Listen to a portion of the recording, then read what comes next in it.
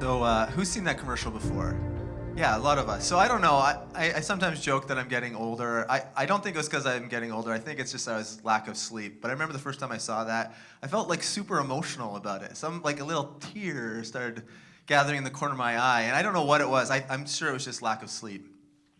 But there's something about that commercial. Leave it to the marketing people, right, to grab onto this. But there's something about that commercial that I felt like deeply resonated with me. And I think it's a human thing that there's just this sense of this desire to be known and to be welcomed and to be loved and to be accepted. And nothing fosters that like being around a table and sharing a meal together. There's just something special about sharing a meal. And I love it in that commercial that the young girl, is the quick and early adopter of this idea because she's not built up this wall about, well, you just don't do that, the social norms you shouldn't cross over. And I love that she's the one who pulls her parents into it, and then everyone kind of joins in. And I think when I watch that commercial and when I think about it, it's a human thing. It's a real Jesus thing, too. There is something as we read through the Gospels about Jesus and his life and his teaching where meals and being around the table were a central image and a central way that Jesus did life with people. And, of course, everyone always ate. People who don't follow Jesus eat and have dinner parties. That's a common thing.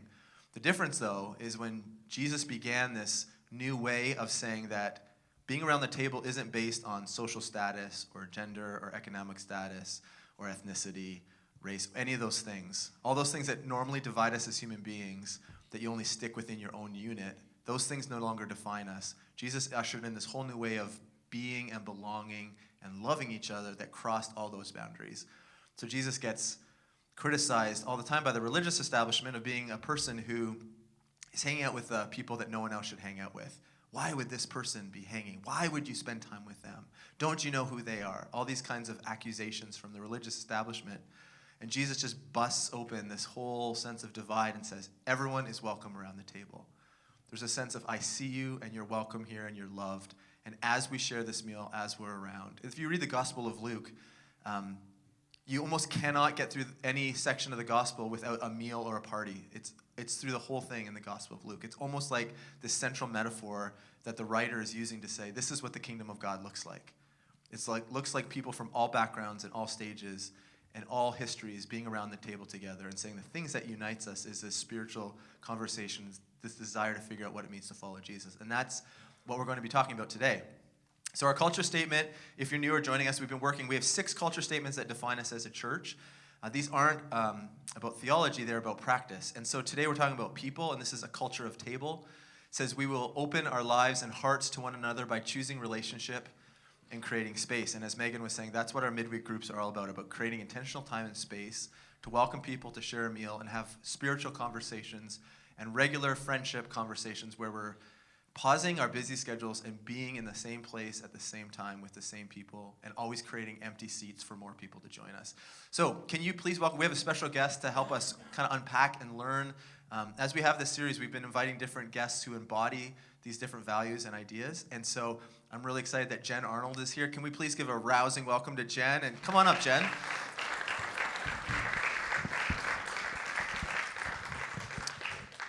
Hi, Jenn. Welcome. I don't know. Some of you may know Jenn. I'm not sure if you do. Jenn and her husband Dave live in Hamilton, and Jenn is a part of a restaurant, Eatery and Exchange on Barton Street called 541, Eatery and Exchange. Some of you have been there and eaten there before. I first heard about 541, I don't know how many years ago, or how long it's been going, but it was a number of years ago. I remember hearing... 5 years. 5 years. Mm-hmm. So I remember hearing some friends talking about, there's this thing coming, this new restaurant, this new thing is starting, and kind of hearing like the rumblings about it. And then I remember I met Matt Pamplin there, and we had breakfast and coffee, and just thought, man, this place is amazing. So there's going to be some pictures Sai's going to flip us through, but we want to learn from Jenn and what they're discovering about what it means to be embedded in a neighborhood, to be followers of Jesus, and create space around the table for everyone to be seen as equal, and how that has shaped you, shaped your team, all those kinds of things. So before we get into that, welcome, Jenn. Thank you. Thanks for taking time. Can you just give us a little bit about who you are, a little bit of your story? Just give us a little snapshot. Sure. So I live in Hamilton, in downtown Hamilton. Born and raised there, which feels like it's more and more rare these days now that we're becoming the place to be. But I was born and raised there, and I currently live there, really close to the restaurant, actually, just probably 7 houses up the street from the restaurant. And I live there with my husband and our dog, Beyonce. She's a diva, a bit of a diva, so. And we have 2 other girls that live with us as well, and we kind of share life together there. What else about me? I mean, I like to cook at home, even though I don't do the cooking at the restaurant, so that's kind of one of my hobbies, and yeah. We often ask when people come join us, tell us a little bit about your decision to follow Jesus. Mm-hmm. How did that happen, and why did you say, yes, Jesus, that's what I'm looking for, I want to follow you? Right. Well, I think there's been it's been a windy journey through my whole life. I grew up with, my parents are here today, actually. They are awesome, and 2 of my strongest role models of what faith looks like. So grew up going to this little Anglican church called St. Mary's in Hamilton, and that was kind of the building blocks of what then became a kind of more personal faith later on. So I grew up going to that church, and it definitely wove something into me that I did not necessarily know was being woven into me, and a lot of that was kind of these spoken prayers, liturgies that we would say week in, week out, that as a kid, I don't necessarily know I understood, and my parents can probably attest to the fact that it was more like dragging me to church on a lot of Sundays, and and then in high school, I kind of I've always been a pretty social person, and a lot of my identity, I feel in elementary school is kind of based around these friendship relationships that I had, and and just being accepted by a group of friends. And I remember in high school, getting into grade 9, and then all of that started to shift for the first time, and so I remember just feeling quite shaken by that. And in the midst of that, I met this girl who just moved there, and I'd never really met someone before who was my age who talked about Jesus like a friend kind of thing. And so that kind of began a journey for me through this girl and that youth group that I then became a part of taking what I had known and what these liturgies had already said, and those kind of dry bones came to life, and decided to, through that, kind of take it more seriously, and began realizing I can talk to God, and also God is the thing when all the things are shifting around me. God is the constant, and yeah. Cool. Yeah, thanks for sharing that. So, 541. Mm-hmm. I don't know what your role is actually there, but can you tell us how it got started? Where did this idea and dream begin? I guess over 5 years ago, if it's been open now. Can you tell us a little bit about your role and how this all got going, and what 541 is all about, for those of us who don't really have any framework? Well, my role changes every single day, I feel, so it's fair that you wouldn't know what my role is. So it's actually kind of a crazy story. I graduated high school and was living in Hamilton, and kind of didn't really know what I wanted to go into, and thought maybe I would go into theater, and so I went to Redeemer, basically because I applied late and they're the only school who would take me as long as I paid. So I went there, and over the course of that year, Redeemer is in Ancaster, and where I work and live now is downtown Hamilton. They're 2 separate worlds. But I got involved. There was just 1 week that my RA at Redeemer was I help out with this thing called Kids Club, and we need some extra leaders. Can you hop in? I'm okay. Kids aren't really my natural thing. The older they get, the more natural it seems to me. So I was like, okay. The less like kids they are. Yes, the better. yes. Anyways, and so I went to this kids club, and it's in the neighborhood that 541 is in, kind of the low-income, harder part of Hamilton, and it was a complete gong show. It was like I walked in there, and the kids knew I was fresh meat, and it was awful. But I kept going basically out of obligation at the beginning, and then eventually just kind of grew to love these kids. And basically they would come after school. We would give them snack and crowd control for a couple hours, and then we would each take a couple of the kids and walk them home. And then so we would knock on the door, and sometimes we would meet the parents, but mainly otherwise they would just kind of be wandering until they got home around hopefully dinner time. And and I just grew to love that neighborhood and the just realness that was there, and also it was kind of just coming to life for me. Oh, this is what I'm called to do. There was just something that resonated, and so I decided, I want to try and work here somehow, and so I applied to an internship that they had for the summer. They didn't choose me, but I felt super strongly that I needed to do that. So I was like, can I just do this internship for free? And so I did it with the other intern that was there, and then loved it so much, got really connected with the kids there, and then decided to do it the following summer. So in the course of this, I was just like, I love what we're doing. I love that we get to meet these people, but it seems like the kids and the families who need services most, the traditional institutions are not meeting those needs because people feel alienated by something that feels like this is only for, like, there's the professionals and you're coming to use this service that the professionals are providing for you. And I was like, there has to be something that breaks this down. Like it felt like an us and them yes, kind of thing? super us and them. Right. And also usually the them was like in a uniform of some sort, and so they all the uniforms get lumped together, and then it's bad. And so I was thinking about it, and I was kind of mulling over the fact that, like, okay, I live on the mountain, I'm riding my bike down every day. It feels like these are two different worlds that never collide in the city. That's a piece of what I'm thinking about. And then also, like, this neighborhood, like, what draws people together? Well, no matter how much your OW check is for the month or whatever, it seems like there's always enough for people to go to Tim Hortons every day. Everybody's at Tim Hortons and, like, riding their e-bikes to Tim Hortons or their electric scooters, and they're parked in the parking lot, and it's beautiful. The problem is there's, like, a couple key things that are missing, that there's, like, a high turnover of staff.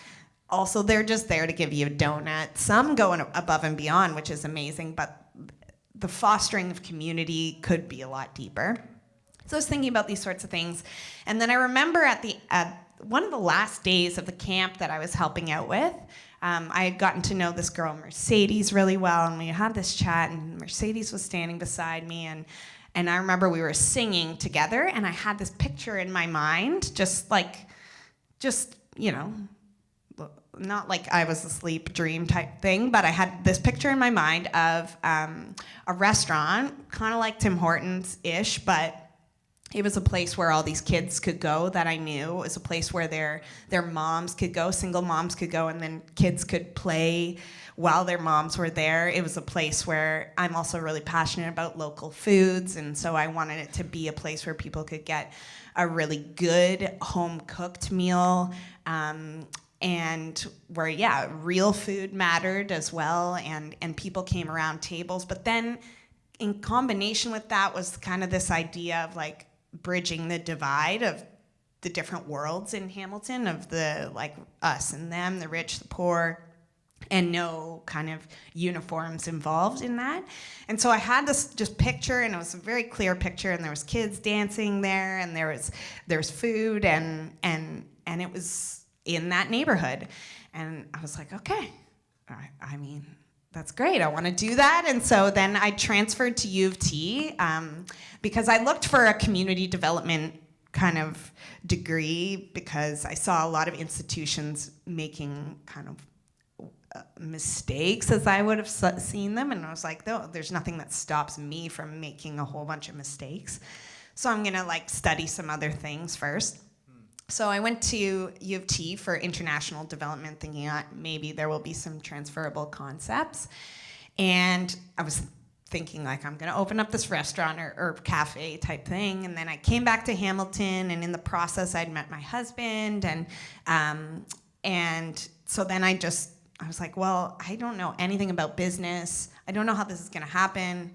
And it wasn't even like I was praying about it every day. It was like there would be long chunks of time where I didn't even think about it. And so I was just working this cafe job and then a restaurant job and really didn't know how this would materialize at all. And then one day, this was like 3 years after I'd been working this restaurant job, just at a normal restaurant, and that was after I'd done the degree. So all of this is after that dream. So quite a long time. My friend who I had met at camp said, hey, can we go out for coffee sometime? Took me out for coffee and said, like, my church just bought this building. It's on Barton Street. We want to open up a restaurant there. My friend is a teacher, and he's like, we're going to have an after-school club for kids, and then their moms can come while they're in the after-school club. And he had no idea about the dream that I'd had. He was just like, I remember that you made us those pizzas, and they were the bomb. Do you want to come help start this restaurant? And I was like, this is wild. It was like, you basically just described, and then I told him about this, and then I was like, well, where's the building? And we had bought our house in the process of this, and he told me where the building is, and it's 7 houses away from where I live, and I had no idea they were looking for a building or anything like this.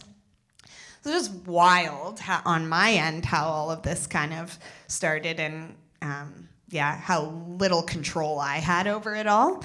But yeah, so in the process on the other end, Compass Point Church, they had kind of decided, like, we want to start something in Hamilton, this small group of men that met for breakfast and prayer. And they had read, there was a Hamilton Spectator did this thing called Code Red. It was like a series where they went through different statistics around poverty and life expectancy and a whole bunch of things in Hamilton, and basically exposed that even though some parts of Hamilton, you look at the houses and from the outside, it just looks like a normal neighborhood. The degree of poverty inside some of these buildings was pretty severe, and a lot what you might think of as like third world conditions. So they decided we want to do something, but they're also businessmen, so they didn't want to just start a charity, and so they started getting looking into what it would look like to run a social enterprise, which is what we are.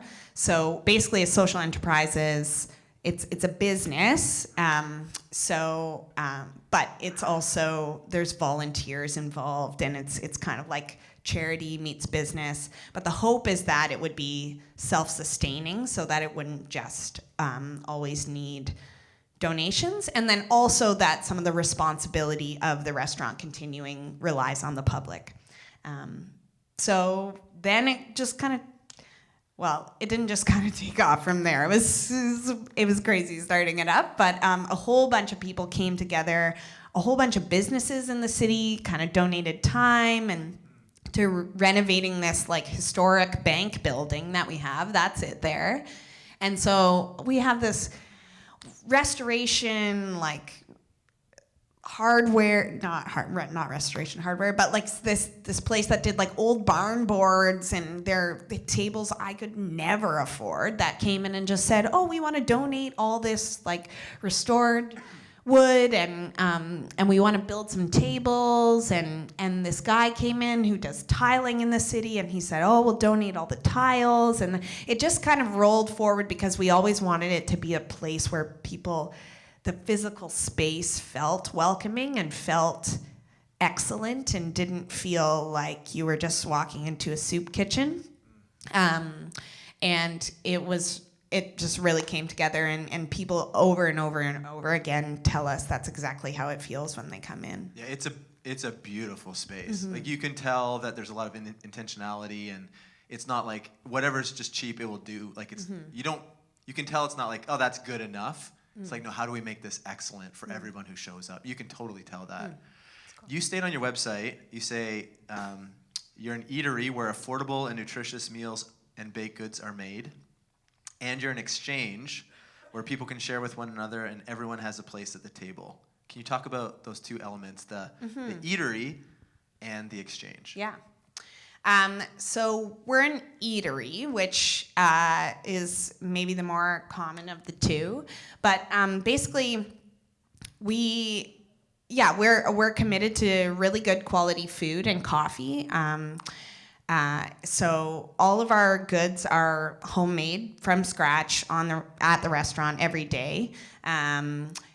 We have a lot of partnerships with local farms, and so in the summer, a lot of it is farm fresh produce, probably the best you would get in any restaurant in Hamilton. We also have a community garden out back where a lot of our produce comes from that kids in the neighborhood garden. And it's baked every day. I used to be that person waking up in the 4s, actually, which was horrendous, but no longer. And so we're committed to really, really good quality food. So some of the things you would find would be like sandwiches, or we do kind of all day breakfast, all day lunch, and homemade soups every day, and options for people of all different dietary, ethnic backgrounds. And so that's kind of the eatery side of things. And then yes, there you go. That's one of our brunch dishes. So that's the eatery side of things. And so where we are in the city is we're in a fairly, it's called a food desert. That's what kind of our area of Barton Street has been deemed. That's changing a little bit now, but when we opened up, there was basically nothing, especially if you had a walker or something, nothing within walking distance where you could get food except the corner store or maybe McDonald's or something like that. And so, and so it's a unique space that we're in. So our goal was to provide really good quality food and service kind of to people regardless of what their background was. So this is where part of the exchange comes in, that we have a very, very low number of paid staff, and we have now on the roster probably over 300 volunteer people that come in and cook the food, wash the dishes, serve, out front, barista, any of those things. And so that's really awesome because, one, you get all these people from different backgrounds that are behind the counter, and they're kind of participating in the exchange. But also it means, you get to invite people into not just telling them about these other different kinds of people that they can meet, but now they're sitting down at a table or serving this person, which is really, really cool. So the volunteering part, it also means that we can lower our prices, which helps folks in the neighborhood. And then there's a couple other parts of the exchange. So another part of the exchange is that when you come in, if you don't have any money to pay, or if you need to kind of save your money for something else, we have a button system. So basically it's our pay it forward system. There's 2 jars on the counter when you come in. And so if you pay, you'll pay less than you would in a normal restaurant. And so if you have the means to pay forward, then you can buy your soup and grilled cheese or whatever. And then you can say, oh, I'd like to buy 5 buttons. So then you could take the 5 buttons from the one jar that represents $5 you're going to pay forward, move it into the next jar, and then when people come in from the neighborhood, they know which jar is the one that is the tokens that have been paid for. So people in the neighborhood or anyone is able to use up to 5 buttons, which is $5 per day, towards anything on the menu. So we looked at a couple different options for what it would look like to have kind of a pay it forward system. Like maybe we would have like a healthy chili every day that everyone could come in and get. But what we realized was like food, the actual nutrition content is like a piece of what we're doing, but mainly the thing that people lack in our neighborhood is dignity. And so what the button currency does is it gives you the dignity to pay for whatever you would like to on the menu, and it gives you that option of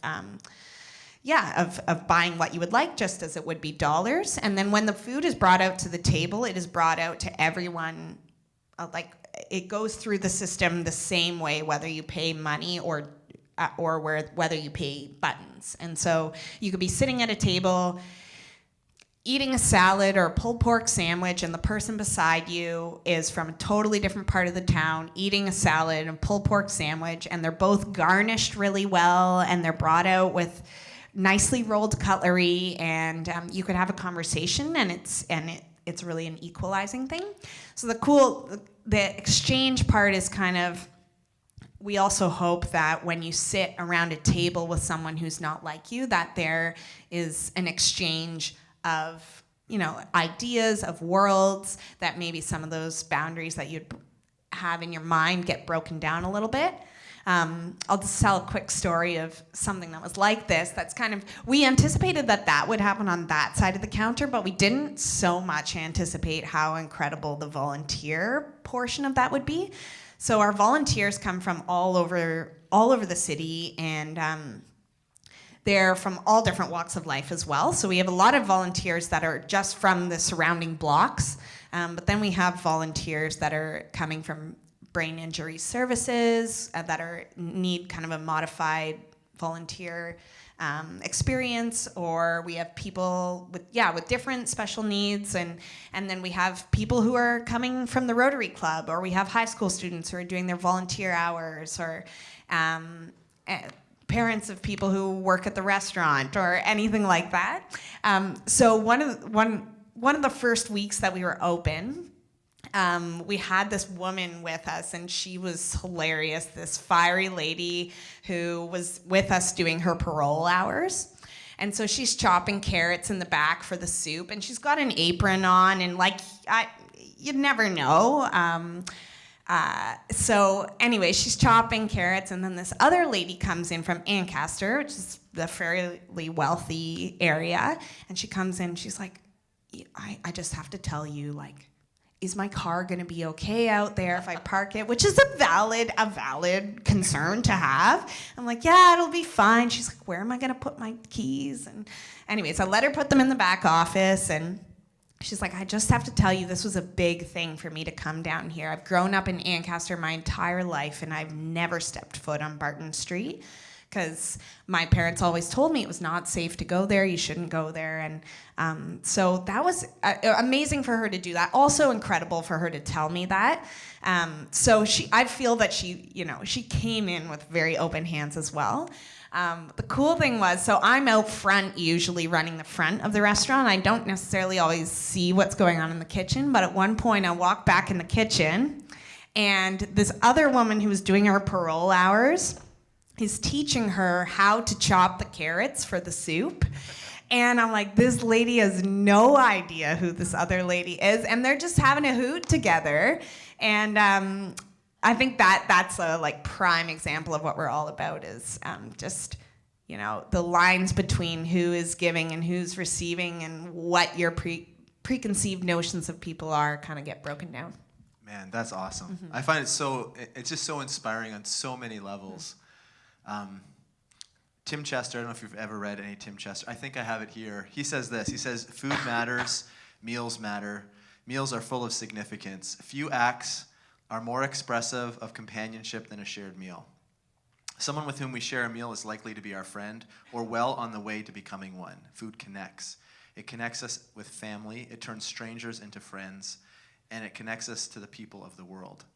So, Jen, I know this about the church you attend, St. Clair. St. Clair has groups like our midweeks, they're called missional families, all throughout the neighborhoods there, and I know it's a big part of what you do. We have our midweek groups where we're, in our own way, also trying to discover what it means to share a meal. It's not just the meal, but the meal is a central ingredient to what the relationship looks like. And as we share the meal, we talk about real life and following Jesus. What have you discovered, maybe on a business restaurant side, about what it means to share? I mean, you gave us a great story right there, but to share the space, to share the table, to share a meal, how does that inspire you, or what have you learned about as being a Christ follower in that situation? And then in your missional families too, not just in a business sense, but just for us as we don't express ourselves as a church in that way right yet, and who knows if we ever would, but in our midweek tables, like, we're trying to discover what it means to be local, invite people, create space, embedded in a physical space while we have eyes to see who needs to be invited and loved and welcomed. And any lessons or thoughts or things you can tell us or share with us? Yeah. So I guess from the business side of things, there's a million different stories about people who come in, and I love Brene Brown, and she has this line where she says people are hard to hate up close, so get close. And I think that happens around a table where you can look at someone and think you know a lot about their life, or put them in a certain box, or kind of judge them based on, like, maybe before you came into the restaurant you saw that woman working the street outside or whatever. And so there's automatically, even to me, there are these, that's what we do as humans, we need categories, and so we put people in categories. So I think, and the categories aren't bad because you can't uncategorize things, but the thing that we can do is we can kind of start to take those rigid categories and stretch the boundaries of them a little bit. So what happens when we come to, like, what I've experienced at 541 is, I knew in my head that I wanted to come into this neighborhood and share a meal with people who are different than me, and I wanted it to be a reciprocal relationship where I was giving but I was also receiving. But I think in my head it was more the I was giving piece of it. But I think over time, the beauty of not just sharing a meal once, but this repetitive thing of, oh, this is a ritual we do together, is that every day the same lineup of people is there, and we are all having coffee and eating breakfast and also serving the tables, because often it's hard to get volunteers at 7 a.m. And so everyone kind of just pitches in, and it is like from 7 to 8 a.m. is my favorite time of the day at the restaurant, because it just feels like a massive family. I've basically taught them all now how to do all the roles in the restaurant, because over time I realized, like, I can't do this all, and so it does feel a bit like a big family eating a meal together. And over time, what I've experienced is these people who live a much different life than me, and don't have very much, are some of the most generous people, and authentic, and just possess these. When I think of them, I think of every day we say a midday prayer at 541. Just some of the staff get together and say it, and as part of that, we recite the Beatitudes, because I think, like, people who have these lacks and know that they lack are just so filled. And so I've kind of come to see my role at the restaurant as just every day opening my hands to receive these gifts that they have for me. If I'm able to see them, they're always there. Yeah, and so I kind of just like an example of this that happened last week was, so I took the summer off. I had a sabbatical over the summer, and on Saturday, it's always very busy on Saturdays, and it was super crawl weekend, so it was super busy. And this guy Ellis comes in, and he busks in front of the Hamilton Farmers Market, and he's one of our regulars. He has this kind of like Pearl Jam voice, and he plays a harmonica and the guitar at the same time. And he walks in, he's got his guitar and his harmonica, and he's like, "Everybody look over here." And I was like, oh no, what is gonna happen? Because you never know. And he goes into the middle of the restaurant, and he's like, "Jenn, I want you to come out here." And I was like, oh, okay, Ellis. So I go to the middle of the restaurant, and it's super busy. Like I can barely get there. And he's just like, everyone's quiet listening to Ellis, and Ellis is like, "Jenn's been gone for the summer, and we really missed her. And I just came down here to say, she's got a heart of gold, so let's sing her a song to welcome her back." And he starts playing Heart of Gold, and the whole restaurant starts singing Heart of Gold. And I was like, who's working right now? Who's paid to be here? Who's giving? Who's receiving? And it just like really the us-them thing coming from this guy who I've shared many meals with, many days, a lot of days when he's not so coherent like this.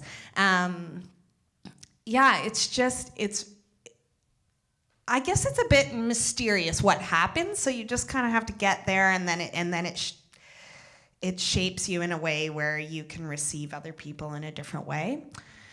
And so that's kind of like the restaurant side of things. And then we have these missional families that meet in our houses, and we call them missional families because we really intentionally try to be family, and all the missional families at our church kind of look very different.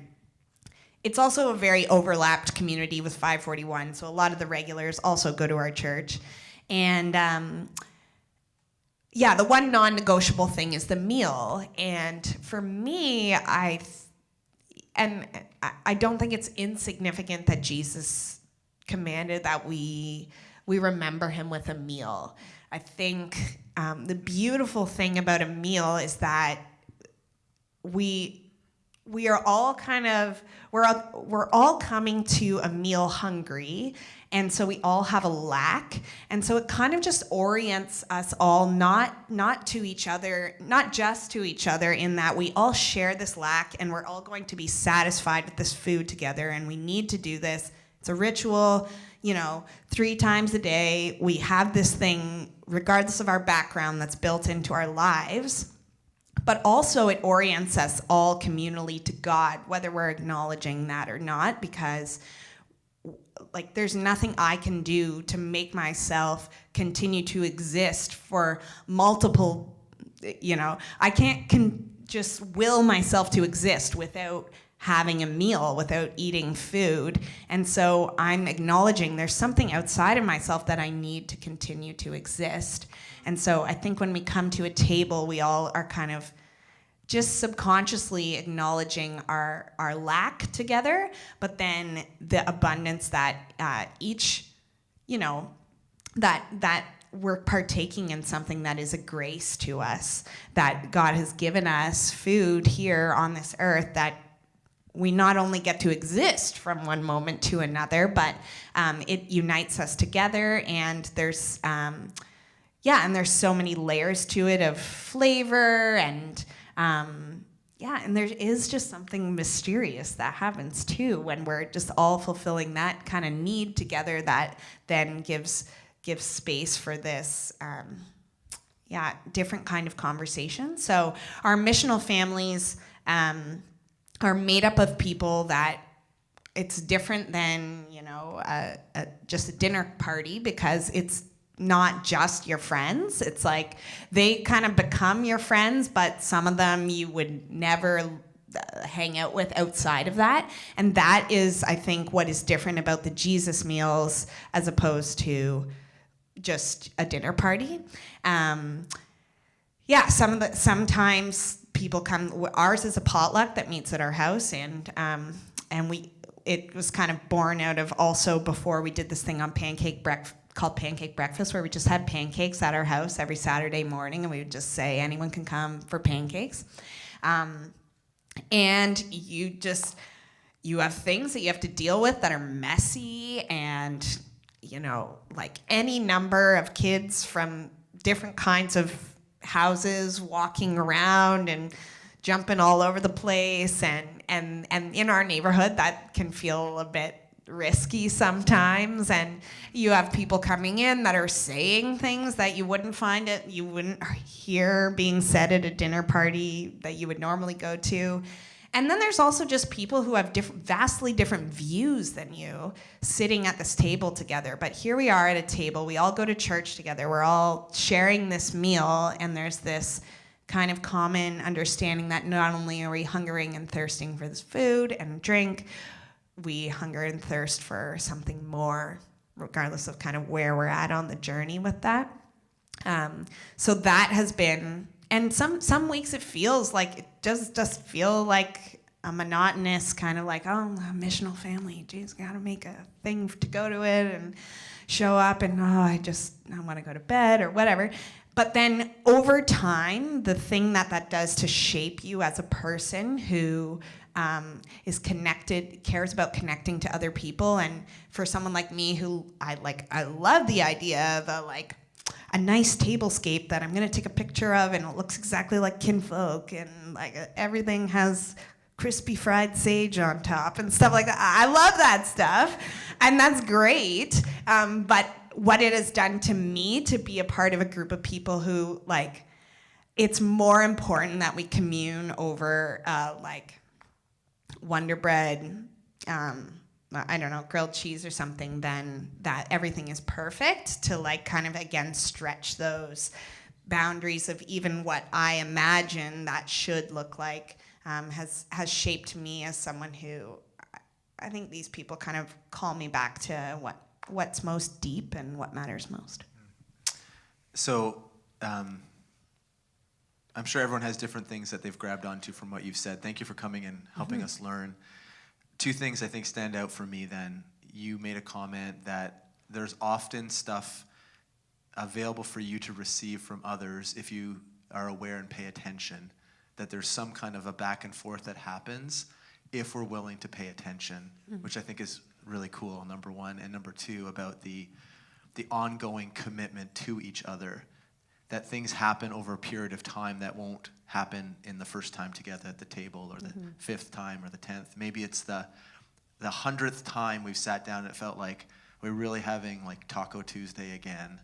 But something special happens because of the consistency and the choice to be together at the same place and to have eyes to see what is God saying to us.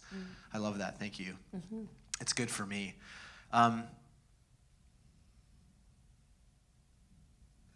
This week, in our midweek groups, we're looking at Luke chapter 19, which for some of you may be a familiar story. For some of you, may be the first time you've ever heard it. So if you are not a part of a midweek group, Megan went over all those. If we can help you connect in one, please let us know. If it feels like the worst possible thing ever, you're not alone to feel like that. Just feels freaky and scary and weird. But there's space at all the tables. There's space for you. And as we grow and more people join, we want to create more spaces around our communities where people can connect.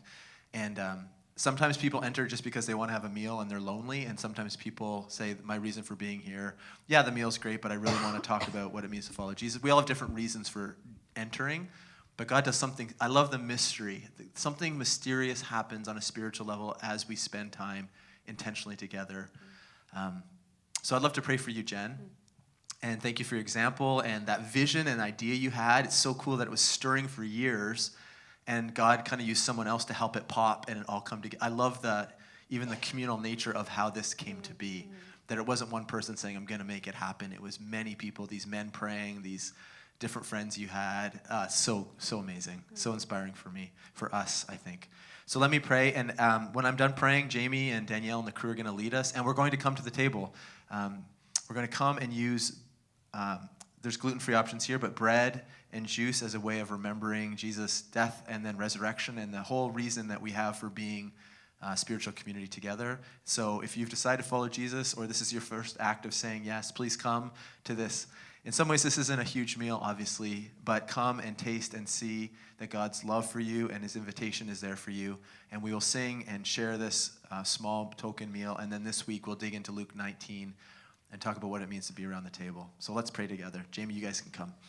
Father, I just want to pray right now and thank you for Jenn and for her story and example and her willingness to be with us. And it's so great when we have outside voices help us catch different angles and glimpses of things that we know to be important and aspects of discipleship. And so thank you for Jenn. Thank you for her honesty and vulnerability, telling her story, this awakening that you gave her many years ago. And as we hear in the story that it was through community and other people catching a glimpse that this all came to be. Sometimes we can see things in the state they're in and feel like, man, how did they ever get there? And we could never do that. But small steps of paying attention, of eyes to see, and faithfulness can lead us in interesting places and on an amazing adventure. And so, God, inspire us with visions and things that give you honor and glory, that invite people to the table, that help announce the kingdom of God, and a new way of relating to each other that cross social and cultural boundaries, and that people are seen for who they are and your love for them. And help us to be people who embody that as we come and welcome people around the table. Continue to lead and bless Jenn and Dave in their work there. We pray for St. Clair, that church that's been so encouraging to us. For Matt and Dave as they give leadership with others there. Bless them and use them in the city of Hamilton as they continue to share the good news of Jesus. And help us to keep open postures as we listen and learn from each other and respond to where you're leading us. God, lead us as a church. And it's great to be around the table. Thank you for food that sustains us. And thank you for the abundance that we have that we can share and invite other people into those spaces. Give us eyes to see. Jesus, we now come around the table. We remember your death and resurrection. We do this as a sign of as an act of worship and submission. And God, we give thanks for who you are and what you've done, and that you extend the table and invite us to it. So we sing and share this meal now together. Amen.